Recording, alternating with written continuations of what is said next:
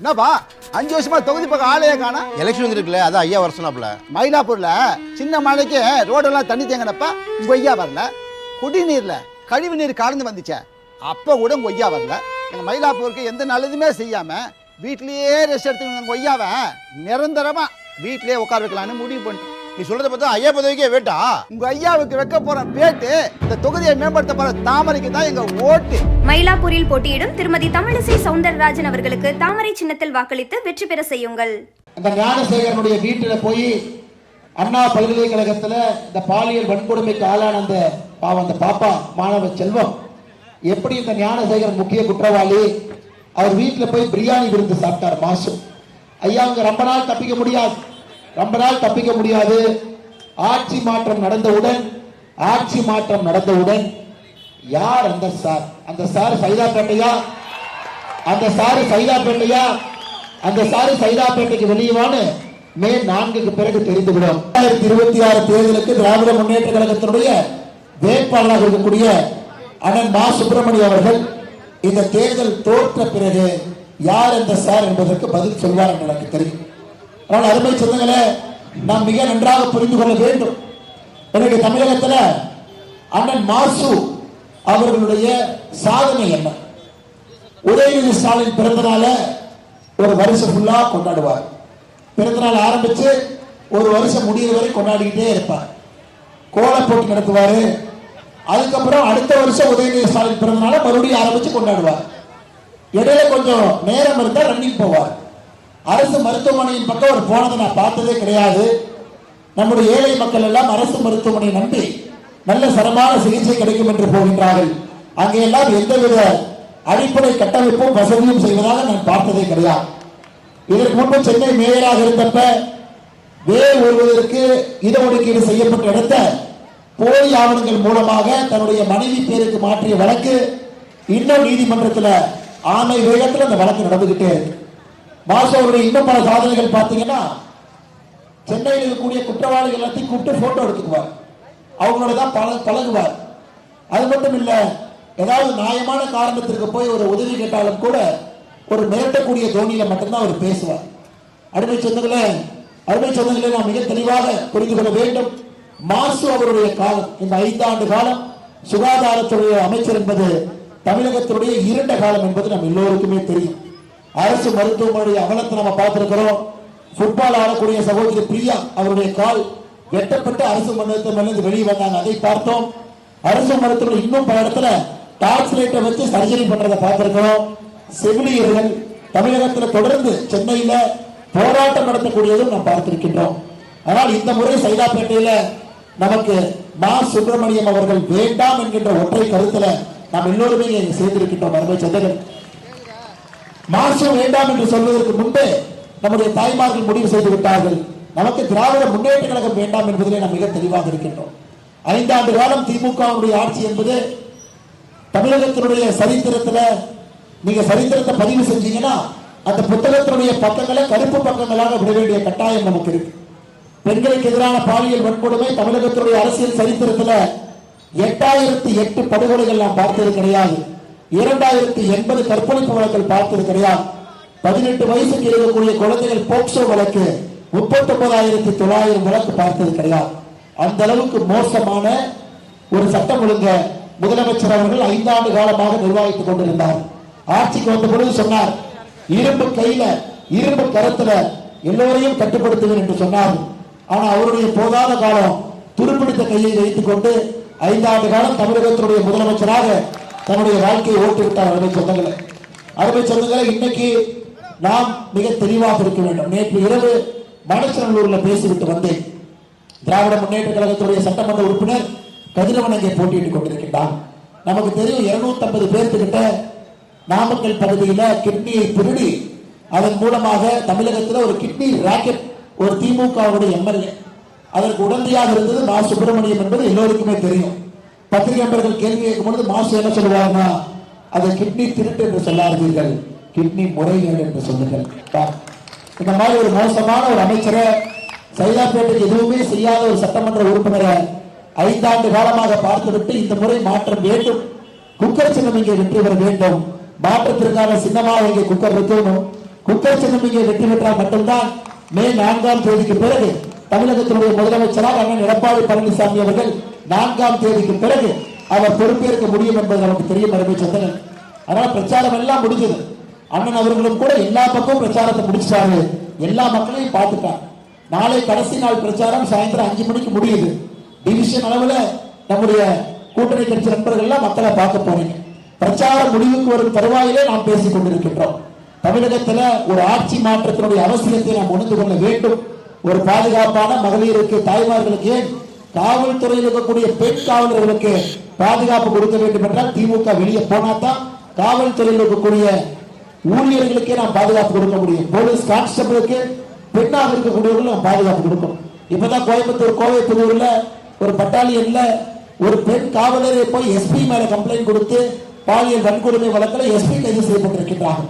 சென்னையில மட்டும் எத்தனை இடத்துல பெண் காவலர்களை திராவிட முன்னேற்ற கழகத்தினுடைய தொண்டர்கள் தவறாக நடந்து கொண்டிருக்கின்றார்கள் என்கின்ற பட்டியலே நான் வைத்திருக்கின்றேன். அவை சொந்தங்களை இங்க மட்டும் பாருங்க, சென்னையில மட்டுமே கடந்த 5 ஆண்டுகள்ல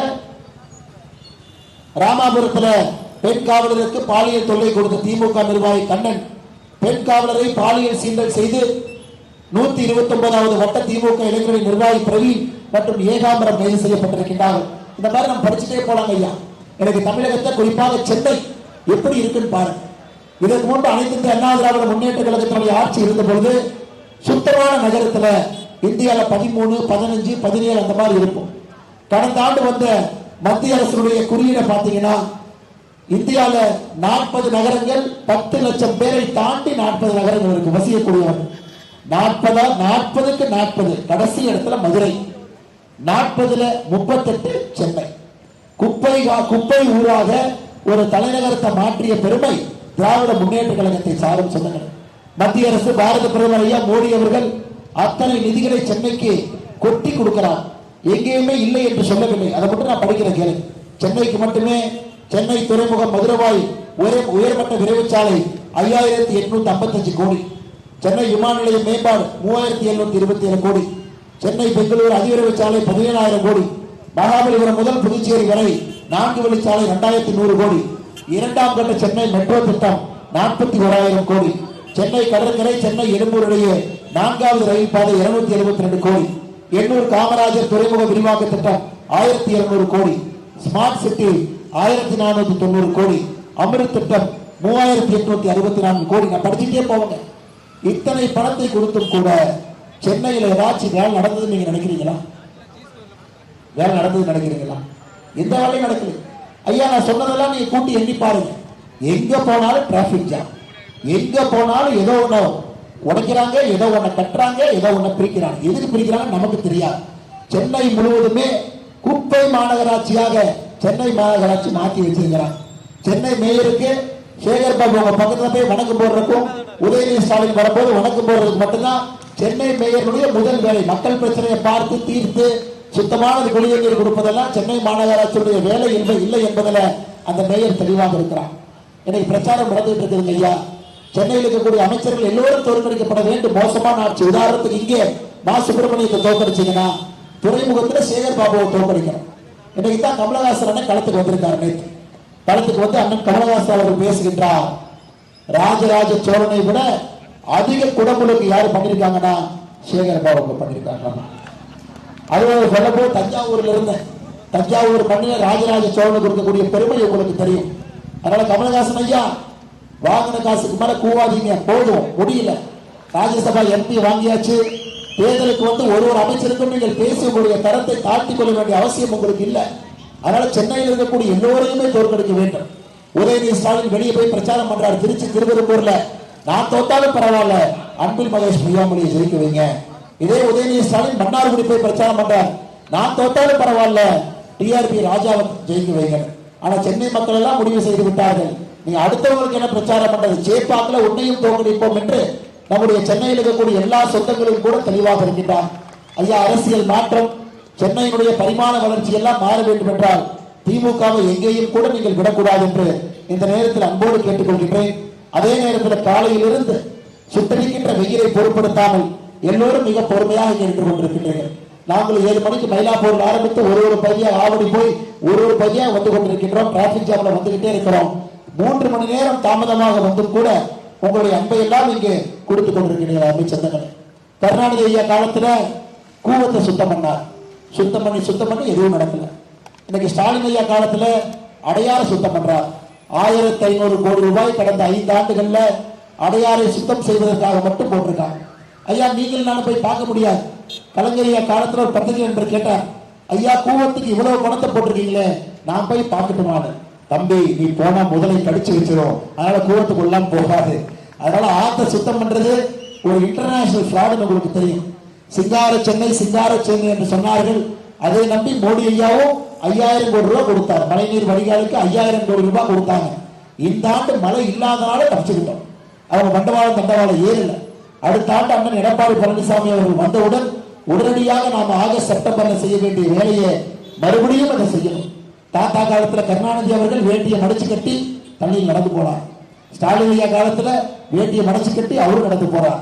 அதையெல்லாம் நாம சரி செய்ய வேண்டும் என்றால் இந்த முறை தலைமுறைக்கான வாக்காக, மாற்றத்திற்கான வாக்காக அனைத்து இந்திய அண்ணா திராவிட முன்னேற்ற கழகம் தலைமையிலான தேசிய ஜனநாயக கூட்டணிக்கு நம்முடைய சைதாப்பேட்டை தொகுதியில குக்கர் சின்னத்திற்கு அம்மா மக்கள் முன்னேற்ற கழகத்துக்கு நீங்கள் வாக்களிக்க வேண்டும் என்று சொல்லி, அருமை சொந்தங்களே, மிக பொறுமையாக இருக்கக்கூடிய பாரதிய ஜனதா கட்சியுடைய தொண்டர்களே, என்னுடைய ஊனோடு, உடம்போடு, நரம்போடு, இதயத்தோடு கலந்திருக்கக்கூடிய பாரதிய ஜனதா கட்சியுடைய தொண்டர்களே, உங்களுக்கு நான் வைக்கக்கூடியது ஒரே ஒரு வேண்டுகோள் மட்டும்தான். நாம் நம்முடைய கட்சி நின்றாலும் கூட ஒரு கூட்டணி கட்சி நம்ம தொகுதியில் நிற்கிறாங்கன்னா இரட்டிப்பு மடங்கு உழைப்பை நாம் கொடுக்க வேண்டும். அது கூட்டணியினுடைய தர்மம். அதனால எல்லா வாக்கையும் கூட சிதறாம குக்கர் சின்னத்திற்கு அடுத்த 2 நாட்களும் கடுமையாக உழைத்து நீங்கள் அந்த வாக்கை கொண்டு வர வேண்டும் என்று அன்போடு கேட்டுக்கொள்கின்றேன். அதே நேரத்தில் அனைத்து இந்திய அண்ணா திராவிட முன்னேற்ற கழகத்தினுடைய தலைவர்கள், தொண்டர்கள், பகுதி கழகத்தினுடைய செயலாளர்கள் எல்லோருக்கும் நன்றி கலந்த வாழ்த்துக்களை வணக்கங்களை தெரிவித்துக் கொள்கின்றேன். பாட்டாளி மக்கள் கட்சியுடைய அன்பு தொண்டர்கள் என்று வந்திருக்கின்றார்கள். அவர்களுக்கும் என்னுடைய நெஞ்சார்ந்த வாழ்த்துக்கள். தண்ணி இருக்கு, நீ குடிங்கடா, தண்ணி இருக்கு. வாழ்த்துக்கு நன்றிங்க, அன்புக்கு நன்றிங்க, நான் வாங்கி வச்சுக்கிறவா, நீ குடிங்க. வாழ்த்துக்களை வணக்கங்களை தெரிவித்துக் கொள்கின்றேன்.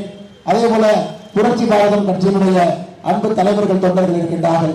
அவர்களுக்கும் என்னுடைய நெஞ்சார்ந்த வாழ்த்துக்களை வணக்கங்களை, தமிழ் மாநில காங்கிரசுடைய தலைவர்களுக்கு, தொண்டர்களுக்கு என்னுடைய வாழ்த்துக்களை வணக்கங்களை தெரிவித்துக் கொண்டு, தமிழக மக்கள் முன்னேற்ற கழகம் ஐயா ஏசிஎஸ் அவருடைய தலைவர்கள், தொண்டர்கள், ஐயா பாரிவேந்தர் அவருடைய தலைவர்கள், தொண்டர்கள் எல்லோருக்கும் என்னுடைய வாழ்த்துக்களை வணக்கங்களை தெரிவித்துக் கொண்டு, அருமை சொந்தங்களே,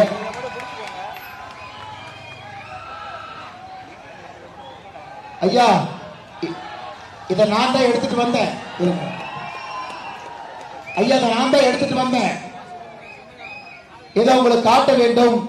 அந்த ஞானசேகரனுடைய வீட்டில் போய் அண்ணா பல்கலைக்கழகத்தில் இந்த பாலியல் வன்கொடுமைக்கு ஆளான அந்த பாப்பா மாணவ செல்வம் எப்படி இந்த ஞானசேகரன் முக்கிய குற்றவாளி, அவர் வீட்டில் போய் பிரியாணி விருந்து சாப்பிட்டார் மாசம். ஐயா அவங்க ரொம்ப நாள் தப்பிக்க முடியாது. ஆட்சி மாற்றம் நடந்தவுடன் யார் அந்த சார்? அந்த சார் சைதாப்பேட்டையா? அந்த சாரு சைதாப்பேட்டைக்கு வெளியவான்னு மே 4க்கு பிறகு தெரிந்துவிடும். அதனால் சைதாப்பேட்டையினுடைய வாக்காளர் சொந்தங்களே, மறந்து விடாதீர்கள். மா சுப்பிரமணியம் அவர்கள் சைதாப்பேட்டையில திராவிட முன்னேற்ற கழகத்துல தோற்கடிக்கப்பட வேண்டும் என்கின்ற ஒற்றை கருத்துல நாம் எல்லோரும் தெளிவாக இருக்க வேண்டும். அண்ணன் செந்தமிழன் அவர்கள் குக்கர் சின்னத்துல அம்மா மக்கள் முன்னேற்ற கழகம் சார்பாக, தேசிய ஜனநாயக கூட்டணி சார்பாக வெற்றி பெற வேண்டும் என்பதிலும் நாம் தெளிவாக இருக்க வேண்டும். அதனால் எல்லா நம்முடைய கூட்டணி கட்சியுடைய தலைவர்கள், தொண்டர்களுக்கு இன்னும் நாங்கள் 4 இடத்துக்கு போகணும். அங்கேயும் சொந்தங்கள் நின்று கொண்டிருக்கின்றார்கள். அதனால் உங்களுடைய அன்பை எல்லாம் பெற்றுக்கொண்டு வாக்கை சரியான முறையில் நீங்கள் மட்டுமல்ல, சொந்தக்காரங்க, உறவினர்கள் எல்லோருக்கும் தொலைபேசி மூலமாக நீங்க பேசி அடுத்த 2 நாட்கள் நீங்களும் கடுமையாக பணி செய்து எல்லா வாக்கையும் குக்கர் சின்னத்திற்கு கொண்டு வந்து எப்படி 10 ஆண்டு காலம் நம்முடைய வெற்றிகரமான சட்டமன்ற உறுப்பினராக 2006 16 வரை இங்கே உங்களுக்கு பணி செய்தார்களோ, மறுபடியும் 5 ஆண்டு காலத்தை அண்ணன் செந்தமிழ் அவர்களுக்கு நீங்கள் கொடுக்க வேண்டும் என்று சொல்லி, நம்முடைய பாரதிய ஜனதா கட்சியினுடைய டி நகர் பகுதியினுடைய இந்த பகுதியினுடைய அக்கா அவர்கள் கவுன்சிலராக இருக்கக்கூடிய உமா ஆனந்தன் அக்கா அவர்கள் வருகின்றார்கள். அவர்களுக்கும் என்னுடைய நெஞ்சார்ந்த வாழ்த்துக்களை வணக்கங்களை தெரிவித்துக் கொண்டு, மிக கடுமையாக இந்த பகுதியில்